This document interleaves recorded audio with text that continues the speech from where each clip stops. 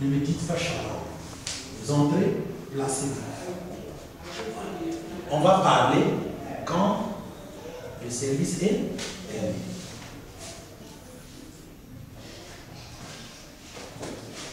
Vous vous dites shalom drôle. Et quand vous entrez ici,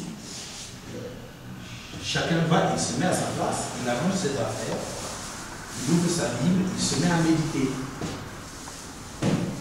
On va se saluer à la fin. Fini la récréation, quand vous entrez shalom ici, vous allez le faire à la fin. Et pendant, vous ne parlez pas entre vous. On vous permet de parler. Donc ça se passe ici. Maintenant, à la fin, quand le service est terminé, vous pouvez vous dire shalom ici. Parce que le service est terminé. Mais quand on entre, on est venu pour Dieu. C'est lui qui doit primer. Et quand on prêche, hein, les gens qui prennent les CD pour les donner les uns les autres, les CD, je peux le briser. Je peux aussi déchirer votre affaire à la maison. Parce que là, vous êtes en train d'empêcher que quelqu'un comprenne ce qu'on prêche. C'est ça le désordre. Le désordre, ce n'est pas les enfants, c'est vous-même. Je le répète. Ce n'est pas les enfants, c'est vous. Amen. Et 1 Pierre, chapitre 4, 17 à 19. Ce que j'ai dit là, c'est 1 Pierre, chapitre 4, 17 à 19. L'autre. On est en train de vous montrer qu'est-ce qui vous sauve, qu'est-ce qui vous aide. Vous êtes en train de régler les papiers de cotisation. C'est de la distraction, ça.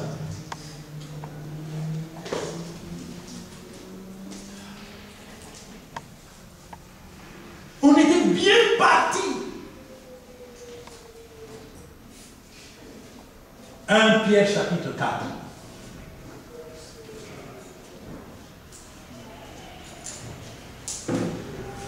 Versets 17 à 19.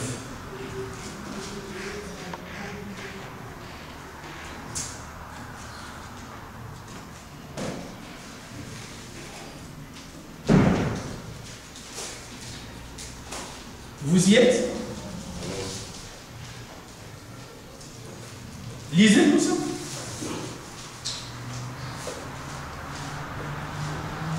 Ainsi il est écrit. Car c'est le moment où le jugement va commencer par la maison de Dieu. Or, si c'est par nous qu'il commence, quelle sera la fin de ceux qui n'obéissent pas à l'évangile de Dieu? Ah! Et si le juste se sauve avec peine, et si le juste se sauve avec peine, que deviendront l'impie et le pécheur? Ainsi que ceux qui souffrent selon la volonté de Dieu remettent leur âme au fidèle Créateur en faisant ce qui est bien. Amen. Amen. Amen. Voyez la maison de Dieu, c'est la maison où on vient faire comprendre au peuple de Dieu que le jugement commence par nous-mêmes. La discipline commence dans la maison de Dieu. Alléluia. Amen. Et vous savez, regardez les documentaires où on prépare nos soldats. Alléluia. Vous voyez les documentaires où on nous présente comment on prépare les soldats, hein, à l'armée là. C'est pas facile, hein. Mais ce sont les nouveaux officiers de notre armée. Et quand ils vont au combat, ils reviennent vivants parce qu'ils ont été bien préparés. Dans l'église aussi, c'est comme ça. faut que tu sois bien préparé. Comme ça, quand Satan t'attaquera, tu vas le vaincre. Amen. L'ange du Seigneur campe autour de ceux qui les craignent et les tire du danger. Le problème n'est pas qu'il n'y ait pas d'attaque. Mais le problème est qu'il faut qu'il y ait attaque, mais qu'il y ait contre-attaque et victoire. Nombre chapitre 20. Comme le peuple avait péché, Dieu a envoyé les serpents brillants. À tel point qu'ils mordaient les gens. Celui qui était mordu et qui regardait le serpent d'airain que Moïse avait édifié, il conservait la vie. Celui qui était mordu et qui ne regardait pas au serpent d'airain, il mourait. Amen. Frère, je ne sais pas si vous croyez que la chose là c'est possible. Dieu a envoyé des serpents qui tuaient les gens. Il va dire, Moïse, prends le cuivre, façonne-moi une image de serpent. Mais ça, celui de l'homme perche, c'est le remède. Celui qui est mordu, quand il va regarder le serpent, il ne mourra pas. Et c'est là ce qui se passe aujourd'hui. Le serpent d'airain aujourd'hui, c'est qui? Jésus-Christ crucifié. Pas Jésus. Jésus-Christ crucifié. Frère, un vrai serpent qui te mord, qui donne le venin. Tu dis, qu'est-ce qui va se passer là? Tu vas mourir. Qui te mord, tu ne regardes pas, tu regardes la chose qui n'a même pas d'importance. Frère, est-ce que quelqu'un peut me démontrer devant Jésus-Christ il était crucifié? On peut le démontrer? Hein? Comment tu vas me le démontrer? Hein?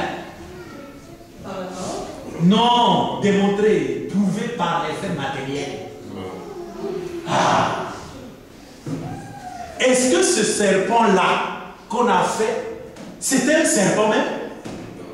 On l'a fait de cuivre. Mais le regarder, ça nous donne quoi? La vie.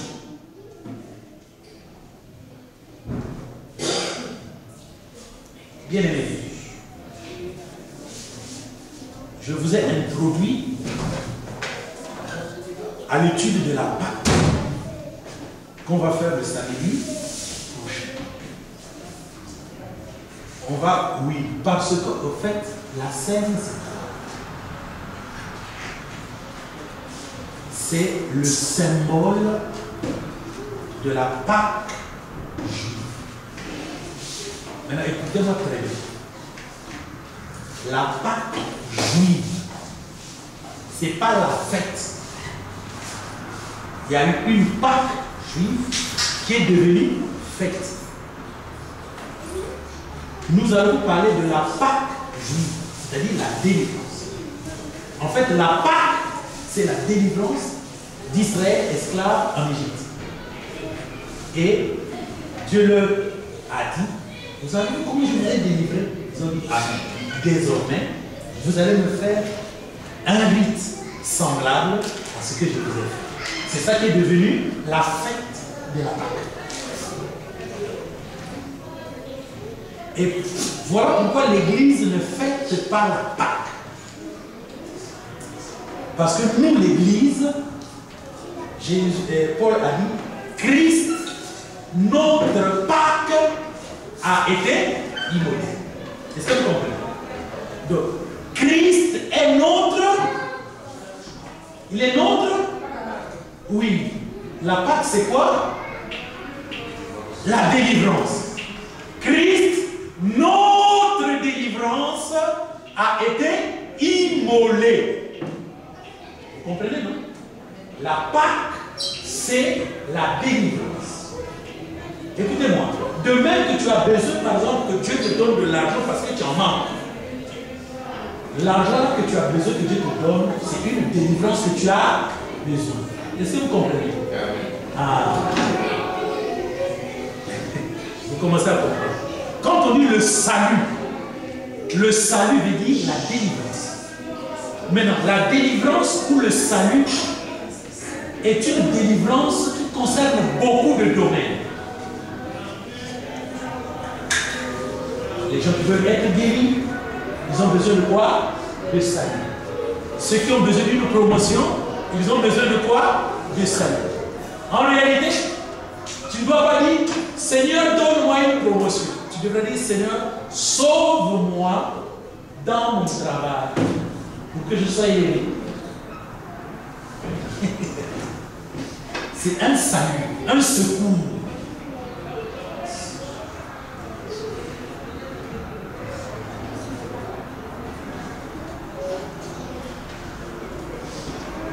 Vous êtes en train de comprendre, mes frères, l'importance de la scène.